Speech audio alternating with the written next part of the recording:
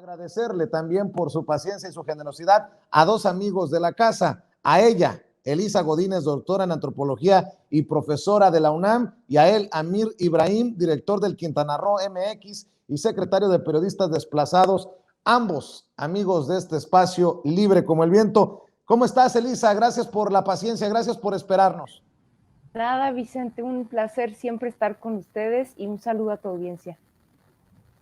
¿Cómo estás, Amir? Buenas noches. Buenas noches, Vicente, Elisa, a toda la audiencia de Sin Censura, y qué bueno que ya estamos en los canales oficiales de Sin Censura y que se hayan podido recuperar. Me da mucho gusto. Al menos por el momento. No lo digas muy fuerte porque luego las paredes oyen, querido Amir Ibrahim. Oigan, pues vamos a empezar, Elisa y Amir, con los temas, porque hay muchos temas muy interesantes. Escribe en Índice Político Héctor Moctezuma de León. Esta semana los expresidentes nacionales del PRI, Dulce María Sauri, Pedro Joaquín Codwell, Manlio Fabio Beltrones y el clavillazo Enrique Ochoa Reza, llamaron a los legisladores de su partido para que no voten por la reforma eléctrica del presidente Andrés Manuel López Obrador. Y dice el periodista, los cuatro llaman a votar en contra de la reforma eléctrica, porque dicen sería regresar al pasado y el partido podría extinguirse. Vergüenza debería de darles, querida Elisa. Pues en realidad lo que creo que puede pasar es que si no votan más inteligentemente, sí van a quedar pues en la lona, ¿no? Y eso de regresar al pasado, pues bueno, ya no tienen vergüenza, ¿no? Yo leí la nota que mencionas y bueno, el artículo está buenísimo porque el autor Moctezuma hace un recuento estupendo de los resultados que estos cuatro personajes entregaron cuando estuvieron al frente del PRI. Y pues eso me hace pensar a mí que además de que lo que yo veo es que hay una división clara dentro del PRI, ¿no? Este bloque estará pensando que lo mejor es ir en contra porque creen que así van a sobrevivir, pero en realidad el PRI me parece que está en una encrucijada interesante porque bueno, eso, que están divididos, hay una parte del PRI que sí estaría dispuesta a ir en bloque con Morena y demás para la aprobación de la reforma eléctrica, y bueno, la otra parte que definitivamente no, que la representan entre otros estos personajes.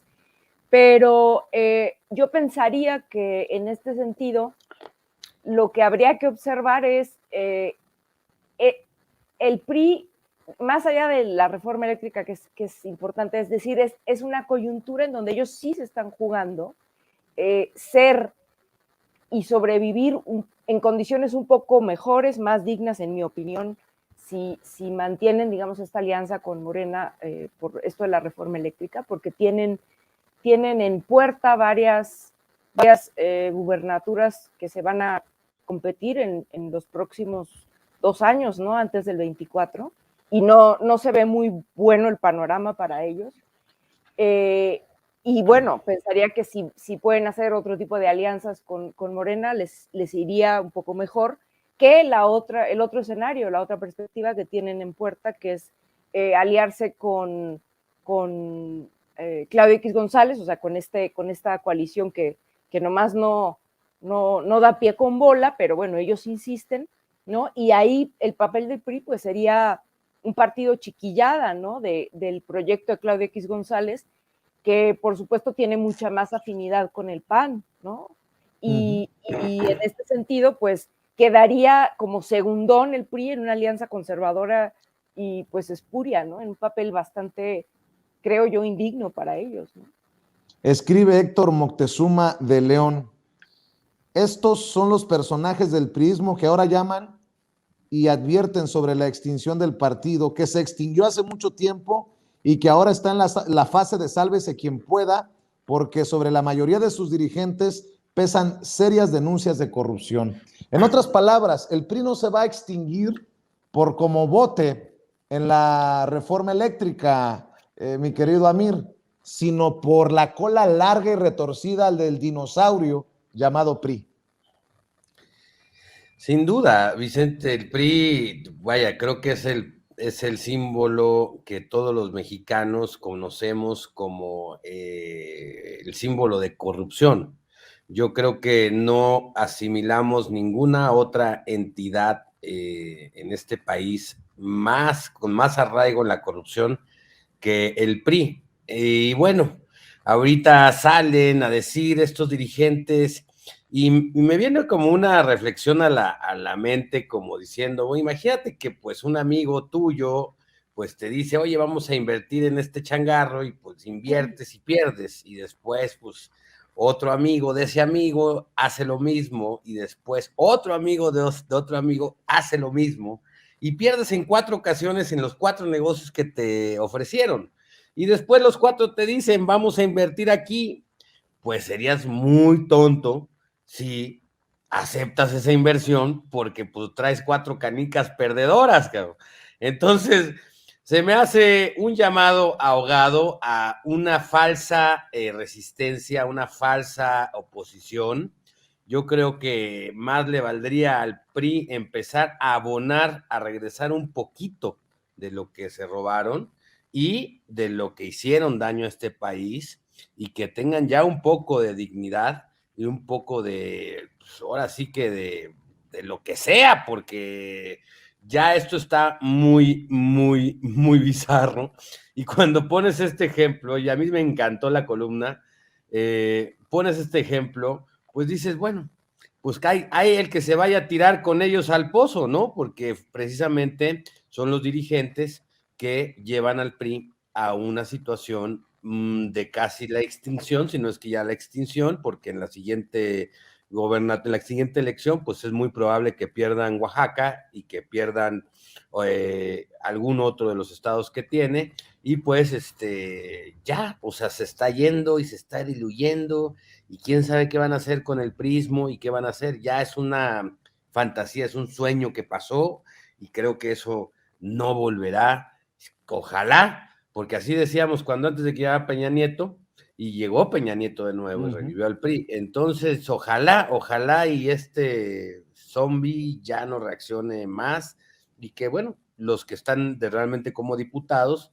pues abonen un poquito la dignidad de este partido y devuelvan un poco a México de lo que le han quitado. Hablando de extinción, dice Jorge Cepeda Patterson, hoy lo mencionaba en la primera edición de Sin Censura con Vicente Serrano, Jorge Cepeda Patterson, un periodista, un escritor que respeto, creo que se equivoca en muchas cosas que escribe en esta columna para Milenio, que los periodistas estamos en peligro, y me incluyo, aunque ya le explicaré, que los periodistas están en peligro de extinción, dice Jorge Cepeda Patterson, porque al periodismo en México le llueve sobre mojado. Dice Jorge Cepeda Patterson que por un lado un presidente lo ataca todos los días y un mundo digitalizado en el cual nadie quiere pagar por la información que ahora es gratuita. Básicamente responsabiliza al presidente Andrés Manuel López Obrador, que lleva a los periodistas a reaccionar en ocasiones de forma virulenta contra el presidente, y por otro lado las redes sociales en las que cada persona se ha convertido en informador y opinador del mundo real. A mí en lo particular me parece un tanto clasista la visión de Jorge Cepeda Patterson al hablar de periodistas profesionales, porque muchos de esos considerados periodistas profesionales son los que mienten, los que tergiversan, los que dicen medias verdades o los que callan. Bueno, vamos a ponerlo en este preciso momento sobre la mesa. Muchos periodistas profesionales no han analizado la confesión, la declaración de culpabilidad de Reyes Arzate, uno de los policías más importantes en tiempos de Calderón. Solo como ejemplo, Elisa, ¿tú qué piensas de esto? Me pareció interesante la columna porque da para el debate, para el análisis.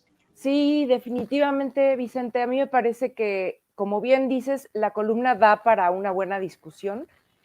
Yo creo que, vaya, me parece bueno que plantee, digamos, el tema de la crisis que pueden tener el periodismo en México actualmente, el periodismo tradicional, pero no estoy, hay puntos en los que definitivamente no estoy tan de acuerdo con Jorge Cepeda, que me parece un muy buen analista, por cierto, y que tiendo, digamos, en lo general a coincidir bastante con él, pero en este caso no me gustó que me parece que es demasiado esquemático lo que plantea, o sea, como muy poco matizado, ¿no? Tú lo dijiste hace rato como que parecía como un poco clasista. Justamente hay una parte como que me parece que su visión atina a ciertas cosas en lo general, pero no matiza, ¿no? Plantea una realidad como muy, muy plana y muy cuadrada, ¿no? Como por ejemplo decir, sí, el presidente polariza y, ¿no? Digo, eso ya sabemos el estilo de López Obrador, ya sabemos que él especialmente ha planteado una manera diferente de relacionarse con la prensa y sobre todo un modelo bastante importante de comunicación, que es su conferencia matutina, ¿no? Y bueno, ¿no? Creo que requiere muchísimo más análisis fino de eso. Otra cosa que no me pareció es cómo plantea así de manera muy tajante y muy poco, como digo, matizado, el decir que las redes sociales son así como el lugar en donde siempre es la confrontación y ahí está todo como la violencia y el pleito y todo esto. Yo digo, bueno, a ver, vámonos por partes, ¿no? Claro que existe eso, pero habría que hacer un análisis más fino de muchas cosas, o sea, incluso de los modelos, de cómo están constituidos los algoritmos y las redes sociales, pero además creo que ahí se equivoca porque agarra parejo y creo que no le da suficiente valor al fenómeno de las redes sociales, ¿no? Y de lo que se está haciendo en términos de periodismo no tradicional por esta vía. Creo que si bien es cierto que la prensa mexicana, digamos, tradicional, está en una crisis porque toda la prensa en el mundo ha venido estando en crisis con la irrupción del Internet y todo lo que modificó desde hace mucho tiempo, pero además, por ejemplo, con esta situación que tenemos tan común pues en el mundo de las fake news y todo esto, y de cómo los medios pues se han vuelto, la verdad, holgazanes, muchos de ellos, y ya no hacen el trabajo. Eso sí estoy de acuerdo con Cepeda Patterson, no hacen el trabajo que tienen que hacer, se han vuelto muy poco rigurosos y demás, pero hay un punto que me parece que no toca, o que lo toca de una manera que no estoy de acuerdo, que es esa crisis, digamos, de la prensa. En el caso de México se agudiza porque el momento histórico que estamos viviendo ha desnudado todos los vicios y todas las, pues, a mi juicio, malos comportamientos, la mala prensa que hay en este país. Esto no es nuevo, ¿no? Pero ahora se ve de manifiesto de manera muy clara, ¿no?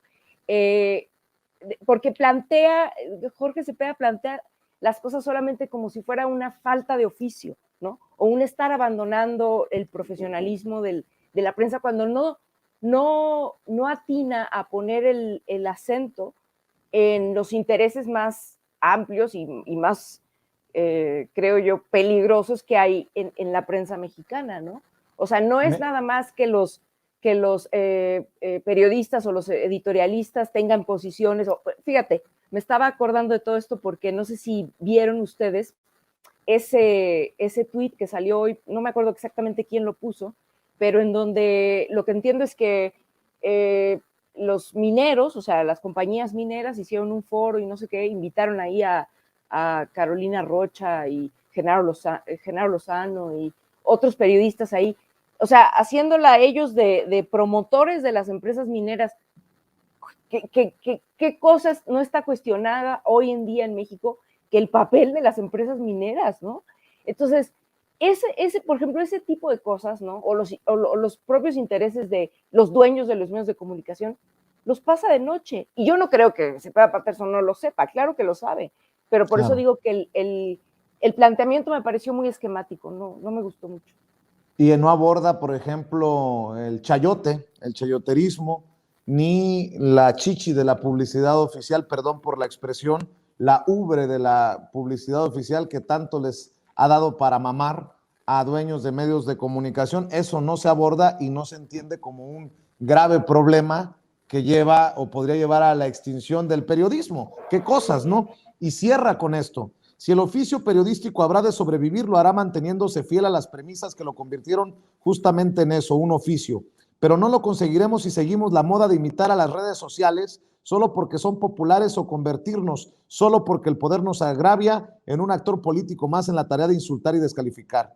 Todo eso sobra en las redes sociales y es gratis. Si queremos prevalecer, habría que regresar al buen periodismo, sometido a los códigos que hicieron de esta tarea una profesión digna y socialmente necesaria. O sea que para Jorge Cepeda Patterson, Amir, no podemos hacer un periodismo, ¿cómo dice él? Buen periodismo en redes sociales, porque se tiene que hacer, yo creo, en periódico o en televisión o en radio. Todo lo malo gira en torno a las redes sociales, en la visión de Jorge Cepeda Patterson. Pues lo primero que me llama la atención es que está hablando del 20% de la población. Hoy en la mañanera el presidente López Obrador dijo, cuando estaba discutiendo sobre la concesión de Telmex, que el 80% del país no tiene internet. Desde ahí, ya, en mi punto de vista, es que su columna no es rigurosa, porque tendría que estar hablando del 20% de los que sí tienen internet. Y el 80% se sigue informando por esta prensa tradicional, radio, televisión, y bueno, la prensa escrita de cada localidad. Incluso hay algunas que se comunican por medio de radios comunitarias, algunas hasta por el micrófono que va con el carrito todavía.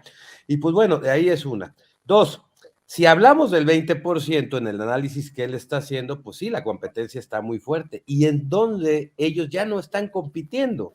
¿Por qué? Porque no se modernizaron, porque no supieron entender que el cambio de la comunicación en las redes sociales era una evolución, como lo fue pasar de la radio a la televisión, de la televisión o sea, de la prensa a la radio, de la radio a la televisión, y ahora de todo esto a incluir las redes sociales.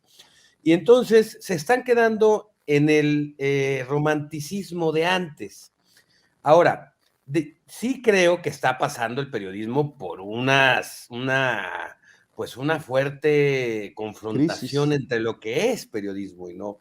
Muy bien lo has dicho, muchos periodistas estaban acostumbrados a vivir de las chichi de la publicidad oficial y eso es lo que los mantenía todo el tiempo. Ahora, hay programas como hay noticieros como estos que no tienen publicidad oficial y sobreviven a todas las situaciones que pasan, hasta la censura de YouTube. Y eso es lo importante. Creo que por eso no pueden competir, porque no han entendido esto. Ahora, un presidente que cuestiona, pues sí, no lo habíamos tenido antes, y claro que nos sorprende que haya un presidente que de repente saque y diga, reforma es un pasquín. ¿Qué presidente había dicho reforma es un pasquín antes? Pero debemos de entender que López Obrador es el rey de la comunicación. No hay un comunicador más importante en este país que él en este momento, y que además se ha visto todo el tiempo confrontado con los medios de comunicación, y entonces ahorita dice, bueno, ya tengo la tribuna, debatamos, veamos, desnudemos quién es quién, y por eso nace el quién y quién es de las mentiras, por eso cada rato está nombrándolos, porque gran parte de lo que hacen muchos medios convencionales al golpear de esta manera es tratar de conseguir más dinero oficial o más, pues sí, más recursos. Y bueno, aquí es donde empieza ya la democratización de la conversación. Ahí es donde nace ese extraño fenómeno. Y yo me quedo con un comentario de una persona que está aquí en el chat, que se llama Gloria Romero, que dice, queremos periodistas que digan la verdad, no paleros y tampoco vendidos. Y bueno, esa es la parte en donde tenemos de entender que hay que decir la verdad, hay que decir las cosas como son, porque en su definición, y con esto termino, el periodismo es la actividad profesional que consiste en la obtención, tratamiento, interpretación y difusión de informaciones a través de cualquier medio escrito, oral, visual, gráfico y ahora en redes sociales. Y bueno, esa es la función del periodismo. Entonces, hay estilos en el periodismo, hay formas en el periodismo. díganme otro noticiero, otro noticiero, otro medio de comunicación como el de Vicente, que pues bueno, puedes decir chinga tu madre sin ningún problema, ¿no? Yo quiero ver otro noticiero así. Hay estilos dentro del periodismo y creo que ahí no han entendido a jugarle a la competencia y están perdiendo y lo están sintiendo aparte. Fíjate, pones sobre la mesa dos periodismos, dos clases de periodismo. Perdón por lo que voy a decir, Elisa. El de chinga tu madre, o prefieres el chinga tu madre, o prefieres el te beso las botas, como le han hecho con Felipe Calderón, Leo Zuckerman, Ciro Gómez Leiva, Adela Micha. Usted decide en dónde se informa. Esa es la belleza de esta realidad. Usted ya tiene el control. Usted no solamente tiene el control remoto, ahora tiene el control de dónde se informa. Ojo, antes decían, tú tienes el control remoto en la mano. Pues sí, pero si tenías una sola fuente de información, así le cambiaras, pues ¿qué? Ahora no. Ahora usted está en control. Bueno, cosas tan extrañas que pasan. En Latinus es conocido que gran parte de la cobertura se encarga de darle duro a la cuarta transformación y al presidente Andrés Manuel López Obrador. En ese Latinus en donde trabaja Carlos Loret de Mola y Víctor Trujillo, el hombre que le da vida a Broso. Bueno, pues ahí en Latinus publican esto que me llamó la atención. México, único país de la OCDE en Latinoamérica con repunte en tasa de empleo durante segundo trimestre del año. O sea, una muy buena noticia desde Latinus. Ah, caray, dije yo, ¿a alguien van a correr de Latinus hoy? De los 3 países latinoamericanos que pertenecen a la Organización para la Cooperación y el Desarrollo Económicos, México es el único que experimentó un repunte en la tasa de empleos al cierre del segundo trimestre de este año, de acuerdo con el más reciente reporte de este organismo. La tasa de empleo de México subió de 59.6% a 61.1% del primero al segundo trimestre, siguiendo la tendencia de 4/5 partes de los países que forman parte de la OCDE. A diferencia de México, la tasa de empleo de Costa Rica, por ejemplo, bajó 4 décimas porcentuales. Colombia descendió del 60.8 al 59.6. Estos 2 países latinoamericanos cortaron una racha de 3 periodos consecutivos al alza en este rubro. Bueno, pues entonces el país no se está cayendo a pedazos, como dicen las 2 estrellas de este medio, de Latinus. Y esto tal vez también confirma lo de este experto en economía, creo que fue de Bloomberg, que decía que México va en camino a convertirse en Dinamarca por un crecimiento muy pequeño, pero estable, que no se ve en muchos otros países emergentes. Las cosas así como periodicazos para esos desde la oposición que nos pintan que se nos está cayendo a pedazos México, Elisa. Sí, definitivamente, Vicente. Y curioso, porque esas notas y esas noticias como que pasan desapercibidas en los medios tradicionales. En cambio, prefieren darle mucha atención, por ejemplo, a típico noticia de economía, ¿no? De ahora bajó el pronóstico para el crecimiento del próximo trimestre, no sé qué. Y que bueno, uno cuando no sabe mucho de economía, como es mi caso, pues se puede ir con la finta, pero resulta que uno también tiene que hacer cierta crítica de, a ver, ¿quién es la fuente que está emitiendo esta información? Porque claramente incluso en las noticias económicas, que son puros números aparentemente, pues siempre también hay intereses detrás, ¿no? Siempre va a haber intereses de las calificadoras, del Fondo Monetario, y van a acomodar, como lo han estado acomodando, las cifras según les interese, quieran y demás, ¿no? Pero lo que es un hecho es esto que tú mencionas. La situación del país no es nada catastrófica como lo quisieran y lo desearían todos estos personajes, considerando que fue muy difícil pues el tema de la pandemia, ¿no? Digo, para todo el mundo, ¿no? Pero especialmente para México, no fue nada fácil. Pero yo quiero recordar en este sentido que el gobierno mexicano decidió, ¿no? El gobierno de López Obrador decidió que no iba a endeudarse, no iba a contratar deuda como todo el mundo exigía por parte de la oposición y demás, ¿no? Y decían que no, que esto era lo que se tenía que hacer y demás. Un poco en la misma tónica ahora dicen que no, que la reforma eléctrica no, porque es regresar al pasado, cuando en realidad estamos viendo los ejemplos en el exterior de qué pasa cuando se contrata deuda y demás, ¿no? ¿Quién acaba pagando ese endeudamiento y sobre todo a quiénes destinan esos endeudamientos para rescatar a los ricos y nunca para mejorar la situación de los pobres? Entonces, me parece muy, muy relevante que México esté despuntando y parece que hay un buen panorama económico para nosotros, considerando todo esto, ¿no? Que venimos saliendo de una crisis muy importante y que contra viento y marea el gobierno dijo no nos endeudamos y bueno, ahí vamos adelante. Así es, Amir. Escucho tu opinión, tu reflexión sobre esto que planteo.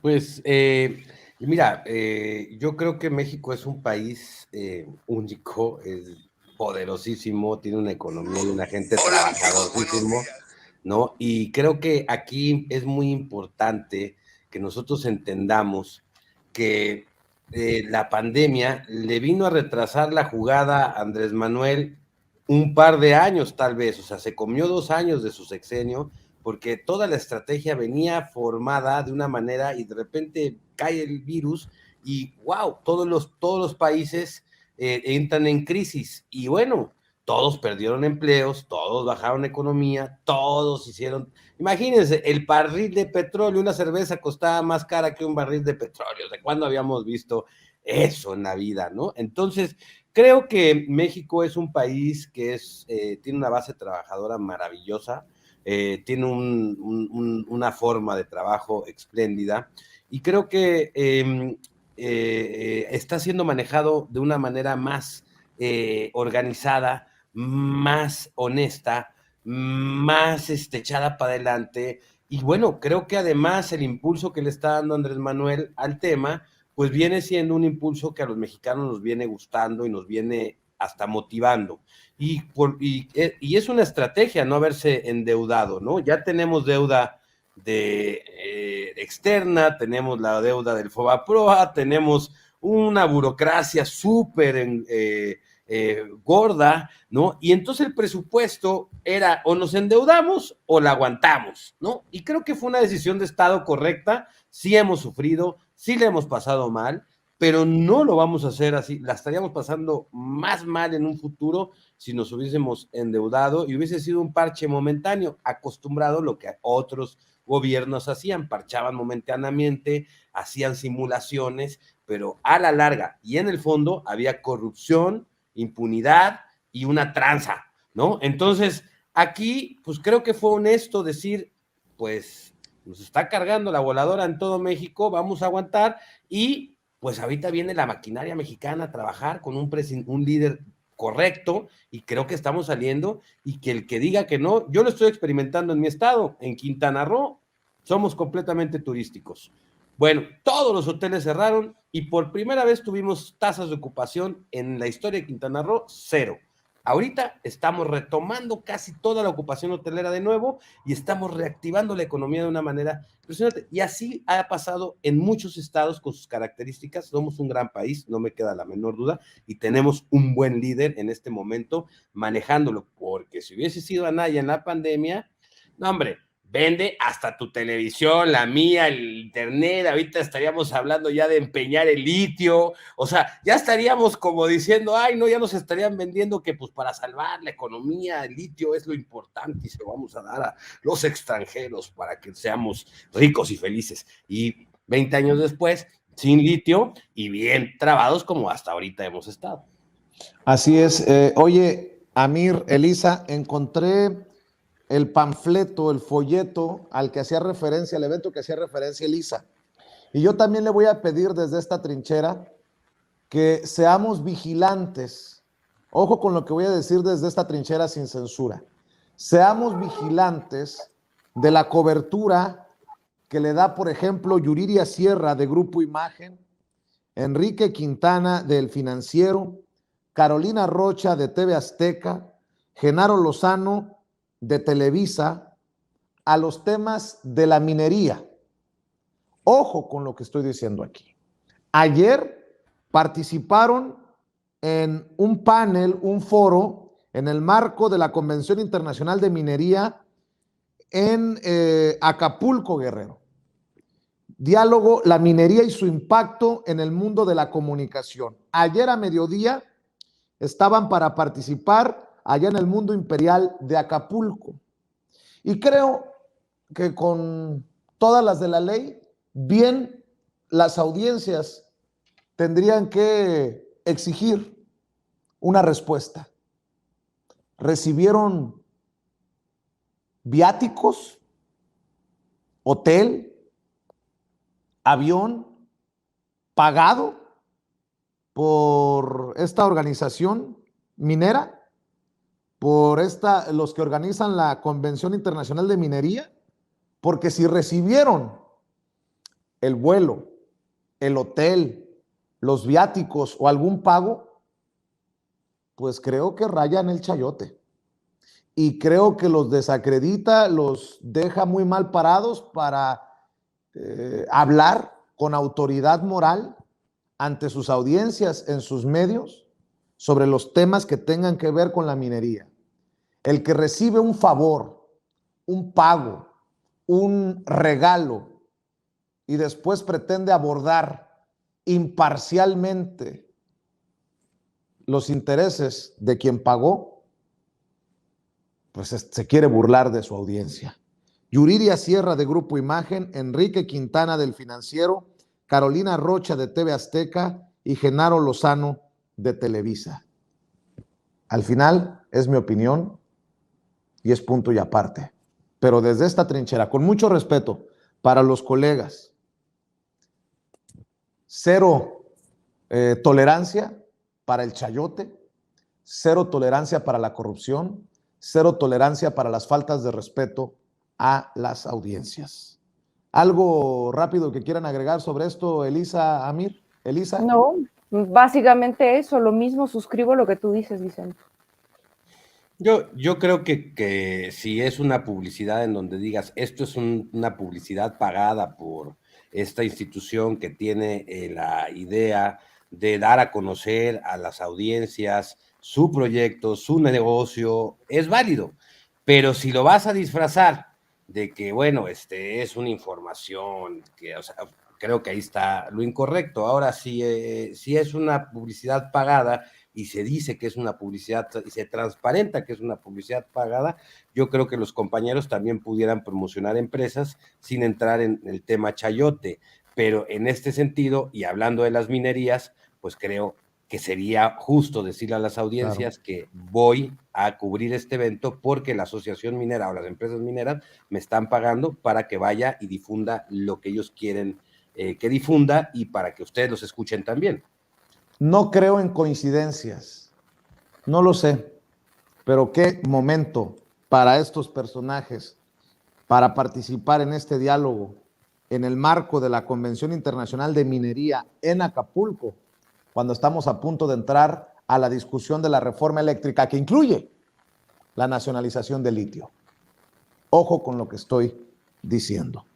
Y bueno, para cerrar, escucho sus opiniones, Elisa, Amir.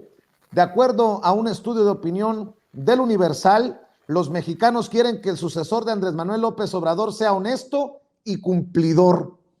Pues por eso no hay sorpresas en que Claudia Sheinbaum y Marcelo Ebrard están en la punta, como punteros en esta lista de aspirantes a la presidencia de México. No creo que pueda haber, es mi opinión, muchos priistas y muchos panistas que se puedan posicionar por lo que pide la gente, que es honestidad y que cumplan, Elisa. Creo que está claro que el presidente deja la vara muy alta de por sí. Y pues bueno, no hay tampoco tantas figuras, incluso dentro de la 4T, que estén a la altura, ¿no? Yo coincido contigo en que tanto Claudia Sheinbaum como Marcelo Ebrard son los que tienen mejor perfil y mejores posibilidades para cubrir esto que la gente espera. Y bueno, definitivamente en la oposición, pues ni a dónde voltear, ¿no? O sea, su caballada está flaquísima y, y pues la gente, o sea, las encuestas sirven, yo digamos que no me gustan en términos predictivos y demás, no me gustan los sondeos de opinión, porque ahí se ve claramente, bueno, pues que la gente va cobrando, por lo menos en estos últimos años, va cobrando muchísima más conciencia y exigencia de lo que esperan que tenga un próximo presidente. Así es, honesto y cumplidor quiere la gente al sucesor o sucesora de Andrés Manuel López Obrador, Amir. Coincido completamente en que el presidente va a dejar la vara altísima. Sobre todo lo vamos a ver a su final del sexenio, cuando podamos escudriñar ya sus completos resultados. Yo creo que va a dar buenos resultados. La persona que venga detrás va a tener una vara altísima para llegar. Creo que en este momento también los dos caballos que nombran, Marcelo y Claudia, son los más aspirantes. Agregaría tal vez algún Santiago Nieto, agregaría a lo mejor, pues bueno, a lo mejor ya no se me ocurre tanto, pero a lo mejor agregaría en la caballada a Santiago Nieto, que ha sido un buen funcionario público. Creo que puede surgir otro o de la presidencia que no hemos estado tomando muy en cuenta, pero que bueno, tal vez lo pudieran impulsar. Pero a mí sí me gustaría, honestamente, y lo digo desde un lado muy, tal vez personal, que venga la primera mujer mexicana presidenta de la República. Hemos estado viviendo una constante movimiento feminista, una constante liberación y lucha por los derechos de las mujeres, esta paridad de la mitad y la mitad. Ya es justo que una mujer encabece al país, porque creo que además las mujeres encabezan en gran parte los hogares en México. Y creo que, bueno, pues son el pilar de la sociedad, las mamás, de las abuelitas, son el pilar de la sociedad. Y bueno, creo que podríamos apostar a que una mujer pueda hacer un muy buen trabajo, una mujer mexicana preparada. No hablo de Claudia especialmente, pero sí me gustaría ver una dama sentada en esa silla y acompañada de muchas mujeres encabezando a la patria. Creo que sería una gran experiencia mexicana que ya debemos de tener. Muy bien, Amir Ibrahim, ¿en dónde te busca la gente? ¿En dónde te apoya en redes sociales, por favor? Mi Twitter, Amir Ibrahim, QROO, y en mi Facebook, Amir Ibrahim Periodista, ahí me pueden encontrar. Muchas gracias, Vicente, en el portal El Quintana Roo MX, y pues bueno, pues desde la Asociación de Periodistas Desplazados de México, en donde, bueno, tratamos de ayudar en lo que podemos a los comunicadores que sufren agresiones, y bueno, en este momento nos solidarizamos con Rafa Herrera, que, bueno, sufrió esa agresión y esas amenazas, y pues bueno, vamos a estar muy atentos desde la asociación a ver en qué podemos ayudar a los colegas que están sufriendo algún tipo de agresión. Gracias por darle la mano a nuestro amigo Rafa Herrera, quien sufre amenazas de muerte, él y su familia, por su participación en Sin Censura. Elisa, ¿en dónde te encuentran a ti? ¿En dónde te buscan? Pues sobre todo estoy en Twitter, ahí me pueden encontrar. Mi Twitter es @tdetoño A3Ns y T Tanit. Y pues bueno, me dará gusto verlos por ahí. Un abrazo para ti, Vicente, y saludos a Mir. Gracias a ustedes por acompañarnos y nos vemos muy pronto, si les parece, Elisa, Amir, aquí mismo en Sin Censura Nocturno. Cuídense mucho, buenas noches. Un abrazo. Gracias. Vámonos.